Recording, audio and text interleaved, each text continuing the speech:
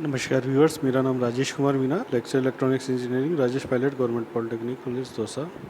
Viewers, आज हम board of technical education Rajasthan के इलेक्ट्रॉनिक्स इंजीनियरिंग सेकेंड ईयर का जो subject code EL 206 wave propagation communication engineering subject है, उसमें जो एंटीनाज हैं, चैप्टर नंबर 3, उसमें टाइप्स ऑफ एंटीनाज हैं। उन टाइप्स ऑफ एंटीनाज में से आज हम एक एंटीना का टाइप लूप एंटीना है, उसको डिस्कस करेंगे। तो आज के इस वीडियो में हम इस लूप एंटीना का introduction, types of loop antenna, large loop antenna, small loop antenna, polarization of loop antenna, radiation pattern of loop antenna, advantages, disadvantages and application of loop antenna हम आज देखेंगे। चलिए शुरू करते हैं। Introduction. An RF current carrying coil in given a single turn into a loop can be used as an antenna called loop antenna. RF current carrying coil है। RF current यानी radio frequency, यानी अगर हम एक किसी radio frequency current carrying coil का एक single turn अगर हम यूज़ करते हैं और उसको लूप की फॉर्म के अंदर बनाते हैं तो उससे हम सिग्नल को रेडिएट करवा सकते हैं। हम उससे सिग्नल का रेडिएशन या ट्रांसमिशन हम उससे कर सकते हैं और वो फिर एक एंटीना की तरह वर्क करेगा, जिसको हम लूप एंटीना बोलेंगे, क्योंकि ये एंटीना लूप की फॉर्म के अंदर फॉर्मेशन किया गया है, जिसमें एक सिंगल टर्न है करंट कैरिंग कॉइल का।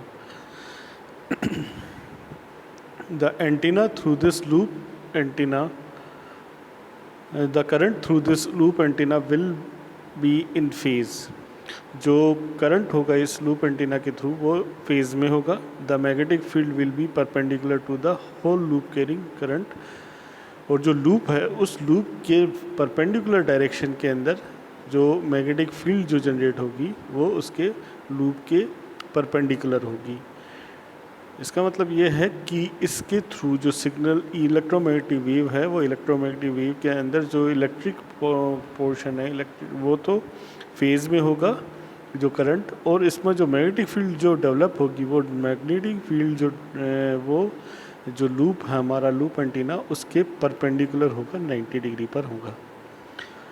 ये जो अब देखते हैं फ्रीक्वेंसी रेंज क्या है। Frequency range of operation of loop antenna is 300 megahertz to 3 gigahertz. 300 megahertz से 3 गीगाहर्ट्ज तक की फ्रीक्वेंसी, यानी अल्ट्रा हाई फ्रीक्वेंसी जो रेंज होती है उस रेंज के अंदर हमारा ये लूप एंटीना काम करता है। बेसिकली दो तरह के हम लूप एंटीना, दो शेप के लूप एंटीना हम यूज़ करते हैं, circular and square loop antennas.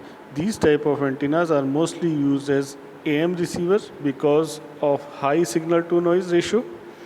They are also easily tunable at the Q tank circuit in radio receivers. Basically जो लूप एंटीना होता है वो UHF रेंज में काम करता है। सर्कुलर और स्क्वायर लूप की फॉर्म के अंदर हम बनाते हैं उसको फॉर्मेशन। और ये जो एंटीना होते हैं लूप एंटीना, ये बेसिकली AM रिसीवर के काम में होते हैं। एम्पलीट्यूड मॉड्यूलेटेड सिग्नल के रिसेप्शन में काम में आते हैं।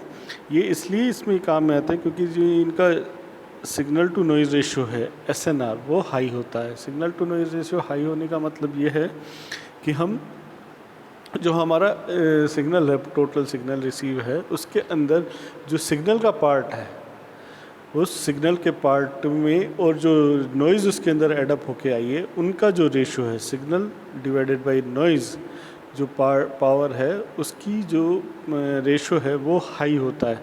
उसकी रेशियो हाई होने का मतलब SNR हाई होने का मतलब ये है कि इसमें सिग्नल कंटेंट ज़्यादा है, नॉइज़ कंटेंट कम है, क्योंकि नॉइज़ और जो SNR है वो एक दूसरे के अपोजिट होते हैं। अगर नॉइज़ ज़्यादा होगी तो SNR कम होगा, लेकिन यहाँ SNR signal to noise ratio जो है वो हाई है। उसके हाई होने का मतलब ये है कि यहाँ नॉइज़ कम होगी, सिग्नल की स्ट्रेंथ यहाँ ज़्यादा होगी। अच्छा, दूसरा क्या है कि ये जो क्यू टैंक सर्किट, क्योंकि हम रेडियो रिसीवर है, रेडियो रिसीवर में टैंक सर्किट हम यूज़ करते हैं ट्यूनिंग के लिए, ताकि सिग्नल को हम ट्यून करके जो भी रिसीव सिग्नल है उसको ट्यून करके और डिज़ायर्ड फ्रिक्वेंसी का सिग्नल हम अचीव कर सकें। तो ये जो सिग्नल लूप एंटीना से जो प्राप्त सिग्नल होते हैं उसको ट्यूनेबल भी होते हैं, इजीली ट्यूनेबल होते हैं, इसलिए हम उसको क्यू टैंक सर्किट्स में जो रेडियो रिसीवर्स हैं उनके साथ इसको ऐड करके और यूज़ करते हैं। Construction and working of loop antenna. The loop antenna is a coil carrying radio frequency current. It may be in any shape such as circular, rectangular, triangular, square or hexagonal according to designer's convenience. जो loop antennas होते हैं वो किसी भी design के अंदर हम design कर सकते हैं, क्योंकि एक लूप ही बनाना है कंडक्टर का, तो वो सर्कुलर भी बन सकता है, रेक्टेंगुलर भी, ट्रायंगुलर भी, स्क्वायर भी, हेक्सागोनल शेप भी हम उसको दे सकते हैं। तो ये सब कुछ डिपेंड करता है कि जो डिज़ाइनर है उसकी कन्वीनियंस क्या है, उसको किस तरह का एंटीना चाहिए, किस तरह की शेप में उसको चाहिए, वो डिज़ाइनर की कन्वीनियंस अपने हिसाब से ये किसी भी शेप के अंदर इसको बना सकता है। तो लूप एंटीना के दो तरह के होते हैं, दो टाइप्स होते हैं, large loop antenna and small loop antennas. Types of antennas, loop antennas. Large loop antenna क्या होते हैं? Large loop antennas are also known as resonant antennas. They have high radiation efficiency. These antennas have length nearly equal to the intended length. यानी जो antennas जिसकी length lambda होगी, यानी जो हमारी वेवलेंथ है, अब हम 300 मेगाहर्ट्ज़ से 3 गीगाहर्ट्ज़ तक के फ्रिक्वेंसी सिग्नल हम इसमें यूज़ करते हैं, तो उनकी जो वेवलेंथ होगी उस वेवलेंथ की लेंथ का हमारा लूप एंटीना होगा, तो हम उसे लार्ज लूप एंटीना बोलेंगे। और ये जो लार्ज लूप एंटीनाज होते हैं ये बेसिकली रेजोनेंट एंटीनाज होते हैं, और ये हाई रेडिएशन एफिशिएंसी वाले एंटीनाज होते हैं। इसके अंदर जो लेंथ होती है वो L इक्वल्स टू लैम्डा होगी। लैम्डा यानी जो वेवलेंथ है हमारी, उसके बाद अगर हम इस तरह का एंटीना बनाते हैं जिसके अंदर जो वेवलेंथ है उसकी इक्वल उसकी लेंथ लूप एंटीना की लेंथ हम रखें, तो वो एंटीना हमारा लार्ज लूप एंटीना होगा। The main parameter of this antenna is its perimeter length. Perimeter length होगी वो जो आउट सरफेस लेंथ जो होगी, वो जो L होगा वो L की वैल्यू हमारे जो लैम्डा की इक्वल होगी वो लेंथ होनी चाहिए perimeter of the loop which is about a wavelength and should be an enclosed loop. Enclosed loop होना चाहिए, open loop भी नहीं होना चाहिए. It is not a good idea to meander the loop so as to reduce the size, as that increase capacitive effect and result in low efficiency. Small loop antenna, जो small loop antennas हैं उनको हम एक magnetic loop antennas भी बोलते हैं, क्योंकि वो लेस रेजोनेंट होते हैं और वो मोस्टली रिसीवर के लिए यूज़ होते हैं। इसमें जो एंटीना होता है, the antenna are of the size of 1/10 of wavelength, यानी जो वेवलेंथ है उसका 1/10 होता है, L इक्वल्स टू λ/10 होगा। तो अगर हम ऐसी लेंथ का एंटीना यूज़ कर रहे हैं, ऐसी पेरीमीटर का लूप बनाकर और एंटीना बना रहे हैं, तो वो होगा हमारा स्मॉल लूप एंटीना। अब इसके फीचर्स क्या हैं कि ये बेसिकली मैग्नेटिक लूप एंटीना होता है और इसमें रेजोनेंट भी कम होता है और ये रिसीवर की तरह ही यूज़ होता है मोस्टली। इसके फीचर्स हैं, the features of small loop antennas are, first, a small loop antenna has low radiation resistance. इसका रेडिएशन रेजिस्टेंस लो होगा। If multi-turn ferrite core constructions are used, then high radiation resistance can be achieved. It has low radiation efficiency due to his losses. Losses होने की वजह से, क्योंकि अभी हमने देखा कैपेसिटिव लॉसेस होते हैं, अगर हम जो एंटीना है वो एंटीना की स्मॉल साइज रख दें तो आपस में जो कंडक्टर्स हैं वो आप कैपेसिटिव इफेक्ट प्रोड्यूस करता है। उस कैपेसिटिव इफेक्ट की वजह से जो रेडिएशन है वो उसमें पावर लॉस होता है, इसलिए हम इसको इस जो स्मॉल लूप एंटीना होता है उसकी रेडिएशन एफिशिएंसी भी लो होती है। Its construction is simple with small size and weight. क्योंकि स्मॉल साइज़ का बनेगा, λ/10 वेवलेंथ के पेरीमीटर से बन जाएगा ये small size antenna, small loop antenna, तो इसकी जो साइज़ होगी वो भी कम होगी, छोटी होगी और वेट भी इसका हल्का होगा, क्योंकि कंडक्टर की जो लेंथ है वो हमने λ/10 कर दी, जबकि लार्ज लूप एंटीनाज में वो जो कंडक्टर की लेंथ होती है, पेरीमीटर लेंथ, वो होती है L। पोलराइजेशन, अब बहुत इंपॉर्टेंट फीचर है पोलराइजेशन। पोलराइजेशन बेसिकली होता क्या है? पोलराइजेशन हमारा, क्योंकि आप जानते हैं कि रेडिएशन हमें रेडियो फ्रिक्वेंसी सिग्नल है, उस रेडियो फ्रिक्वेंसी सिग्नल का रेडिएशन हुआ तो वो रेडिएशन इलेक्ट्रोमैग्नेटिक वेव के अंदर होता है। उस इलेक्ट्रोमैग्नेटिक वेव में इलेक्ट्रिकल और मैग्नेटिक दोनों तरह की फील्ड उसमें इंक्लूडेड होती है। तो ये दोनों तरह की फील्ड मिलकर एक इलेक्ट्रोमैग्नेटिक वेव रेडिएशन बनाती है। तो इस रेडिएशन के अंदर जो इलेक्ट्रिक फील्ड का कंपोनेंट जिस डायरेक्शन में होता है वही उस रेडिएशन का या उस एंटीना का पोलराइजेशन होता है। तो यहाँ पोलराइजेशन लूप एंटीना का पोलराइजेशन अगर हम बात करें तो the polarisation of loop antenna will be vertically और horizontally polarised depending on the feed position.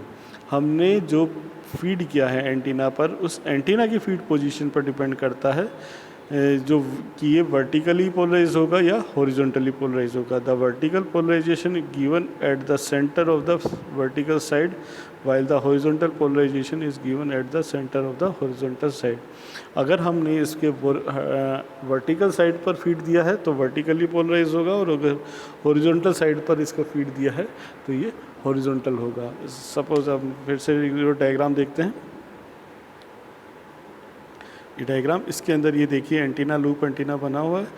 अगर हम इस नीचे और ऊपर की तरफ दिया है, यानी ये जो स्लांट जो हॉरिजॉन्टल साइड्स हैं इस लूप की, उस पर अगर हमने फीड दिया है तो ये हॉरिजॉन्टली पोलराइज होगा, और अगर ये वर्टिकल जो साइड्स हैं इन पर अगर हमने फीड दिया है तो ये वर्टिकली पोलराइज होगा।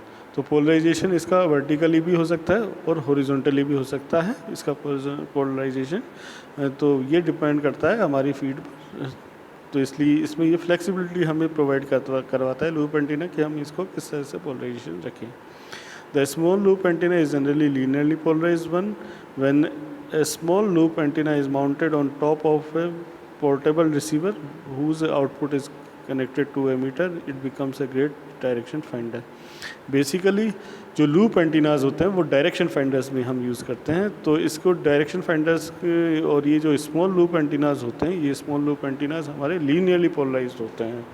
इसमें जो पोलराइजेशन होता है वो लीनियर पोलराइजेशन होता है, और अगर हम इसको रिसीवर के साथ कनेक्ट कर देते हैं mount on the top of the receiver, तो पोर्टेबल रिसीवर, तो ये डायरेक्शन फाइंडर की तरह भी वर्क कर सकता है।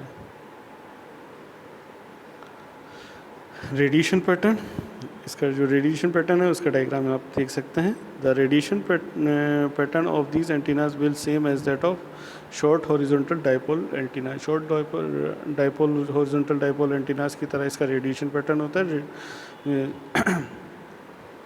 आप इसमें ये देखिए, ये है हमारा लूप बीच में सेंटर में, और इसके आइदर साइड हमने हमारे मेजर लोब्स होंगे दोनों तरफ। तो the radiation pattern for small high frequency loop antenna is shown in the figure given above. The radiation pattern for different angles of looping are also illustrated clearly in the figure. The tangent lines at 0 degree indicate the vertical polarization with polarization, where the 90 degree where the line with 90 degree indicates the horizontal polarization. ये देखिए tangent with the 0 degree है, हमारी 0 degree है, इस 0 degree, ये 90 degree है, ये 0 180 ये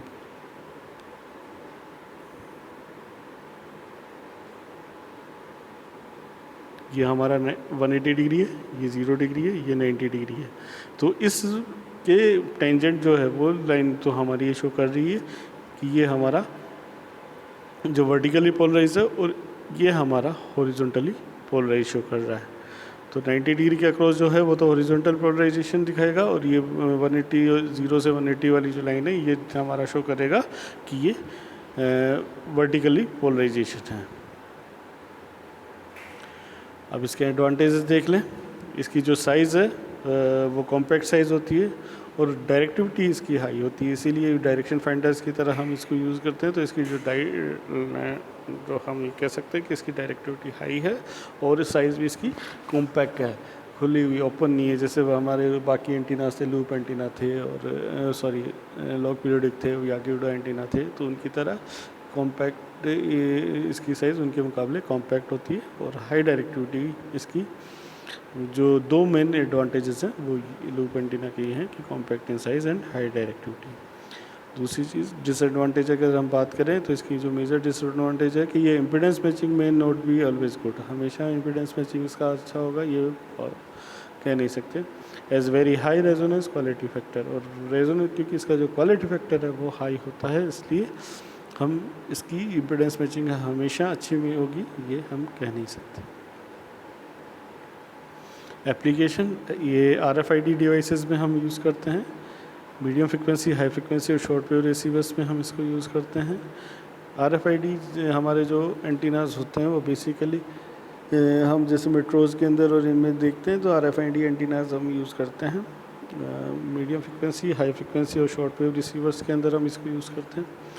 aircraft receivers for direction finding, aircraft के रिसीवर्स में हम यूज़ करते हैं डायरेक्शन फाइंडिंग के लिए, और अल्ट्रा हाई फ्रिक्वेंसी ट्रांसमीटर्स के लिए भी हम लूप एंटीना को यूज़ करते हैं। तो आज के हमने इस वीडियो लेक्चर के अंदर लूप एंटीना के बारे में जाना, लूप एंटीना की बेसिक इंट्रोडक्शन देखा, उसकी कंस्ट्रक्शन देखा, कितने तरह के होते हैं, large loop antenna, small loop antenna. Polarization हमने देखा कि पोलराइजेशन किस तरह से इसमें हॉरिजॉन्टली और वर्टिकली दोनों टाइप के पोलराइजेशन इसमें हम देख सकते हैं। और पोलराइजेशन के बाद में हमने एडवांटेजेस देखे कि कहाँ क्या क्या इसके एडवांटेजेस थे, कॉम्पैक्ट साइज़ और हाई डायरेक्टिविटी। डिसएडवांटेजेस देखे, डिसएडवांटेजेस है कि एक तो इसकी जो इम्पीडेंस मैचिंग है वो प्रॉपर नहीं हो सकती हर बार, और उसके बाद में इसके एप्लीकेशंस देखे हमने, HF MF मोड पे, मीडियम फ्रिक्वेंसी मोड पे भी हम इसको यूज़ कर सकते हैं। एरोप्लेन्स के रिसीवर्स पर हम इसको डायरेक्शन फाइंडिंग के लिए यूज़ कर सकते हैं। तो इस तरह से काफ़ी इम्पोर्टेंट एंटीना था। आई होप आपको ये समझ में आया होगा। धन्यवाद।